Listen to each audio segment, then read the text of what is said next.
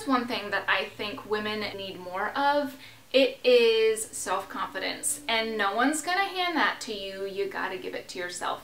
So these are my tips to do just that. Hello everyone and welcome back to my channel.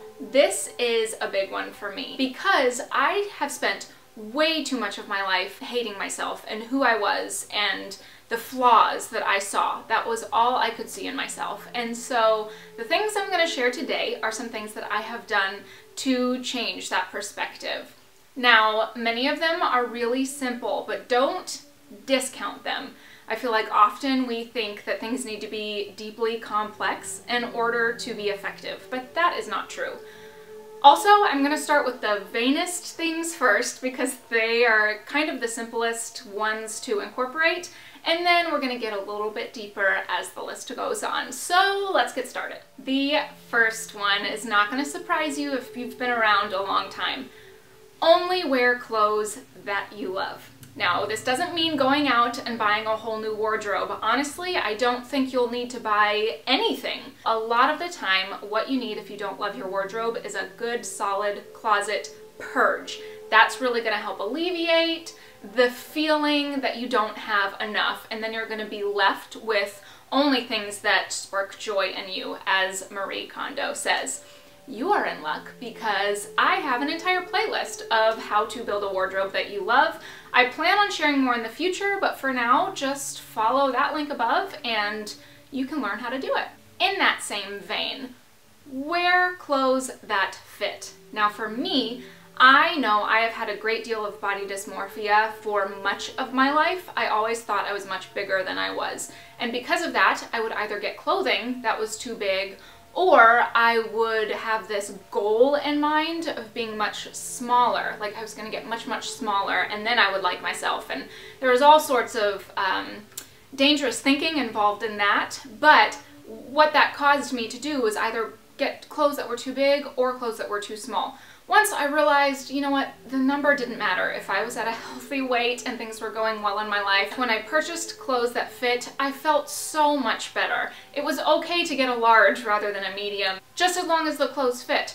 Bonus tip, if you can find a tailor in your area, that will help even more. Tailors are not expensive. I generally pay between $5 and $10 to have a piece tailored, and if it's something that's going to last me 5 or 10 years, that is money well spent. Next, invest in pretty underwear. This one came to me right after I gave birth to my second child. Things had healed after I gave birth, and I didn't need to wear those those mesh panties that they give you in the hospital. I was past that, and I realized that the granny panties that I was walking around the house in just made me feel gross. And so I went out and bought panties in a larger size than I normally wear because I was still holding on to baby weight. I was still nursing, but they were really, really pretty and also really comfortable. That totally exists, that combination together.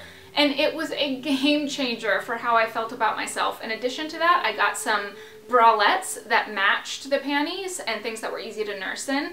And ever since then, that's been a really high priority for me. Bonus, underwear is not expensive, so it's an easy investment to justify and to make when you can afford it. Attend to your nails. This one is so easy, so simple, and just a little bit of self-care you can insert into every day just by putting a little pretty amber jar or whatever of oil next to your sink with a pretty little stick and cleaning out your nails, and then just giving them a little bit of an oil bath, if you will, every now and then to make them a little stronger and a little shinier. It's an easy way to pamper yourself, and it's something that you notice because our nails follow us everywhere we go. I like to keep them painted because I am a nail biter, especially if one breaks or something, my nails are going to end up in my mouth. Gross as that is, it's how it is. Keeping them painted keeps them out of my mouth, and they look really pretty. Know your hair type and wear the styles that work for your specific hair type. Once I realized that I had a lot of really fine hair, I realized I needed to have a lot of layers in it if it was going to be long. My hair is hard to curl, so I don't curl it that often. My hair doesn't have a whole lot of body, so I do what I can to give it any little bit of lift.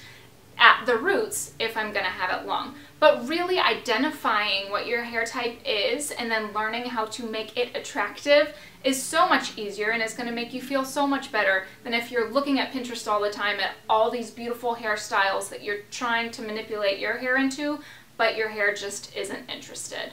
I'll also leave a link in the description box below for different websites that have helped me determine my hair type and what works well for that hair. Ooh, here's a good one, and it's gonna be hard for a lot of people. Check yourself out in the mirror and look at the parts that you love and love the hell out of them. Most of us, by nature, notice our flaws when we look in the mirror. We all have flaws, and sometimes we can even learn to love them. I am giving you permission to look in the mirror in an outfit that you like and tell yourself that you look good. And mean it. And if you can only focus on one feature on your body and tell yourself that that looks good, that's okay. That's a good place to start. This is something that we as women really need to start claiming over ourselves, because there is so much beauty in each and every one of us, and not only do we need to hear it, but the little girls all around us need to hear that message as well. Here's a big one. Believe the compliments that you are paid, and just say thank you. You don't have to add a disclaimer to almost block your vulnerability. Just say thank you. Have compassion for the areas in your life that you are not proud of. It is so easy to try and shame ourselves out of our bad behavior or the parts of ourselves that we don't like. But shame, even though it can be a really effective tool for change, will not make you feel better about yourself. So have a whole lot of compassion for those areas. It's okay to even not be proud of them or think that they do need to change, but be extremely kind when you're talking to yourself about them.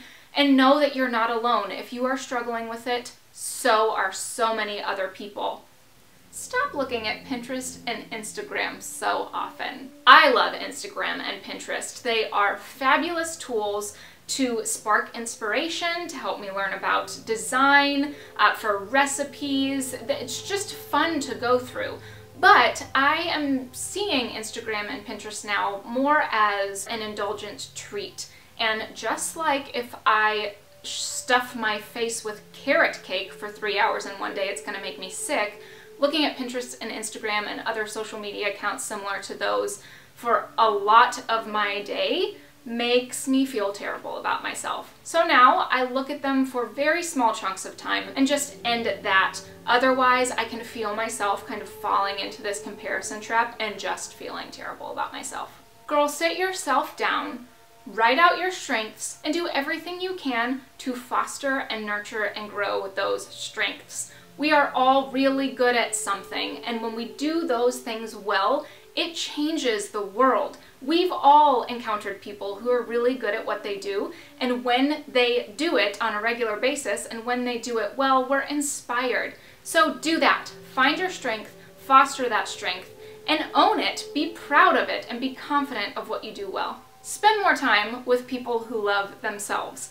I can name on one hand, in my immediate influence of people, how many women speak really positive about themselves, and I love being around them. They make me feel better about myself, and they make me want to speak more positively about myself. Think of yourself as a child. Would you speak down to a child the way that you speak to yourself? Of course not. It is so easy to be unkind and hateful toward ourselves when we're thinking of things we don't like.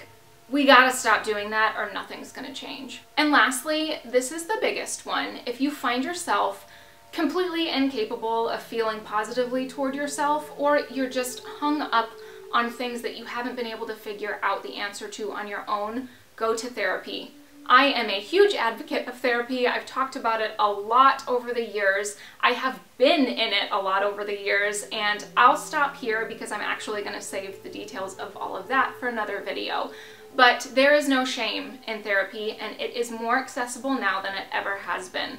So do yourself a favor and just start looking. Woo! That was a long one. I said way more than I thought I was going to, but these messages need to be spread, and they've made a huge difference in my life, and I really hope they make a huge difference in yours as well if you find yourself struggling to feel good about yourself. Like this video, share it if it helped you, and subscribe to my channel if you're not already. Thank you so much for watching, and I will see you all next time.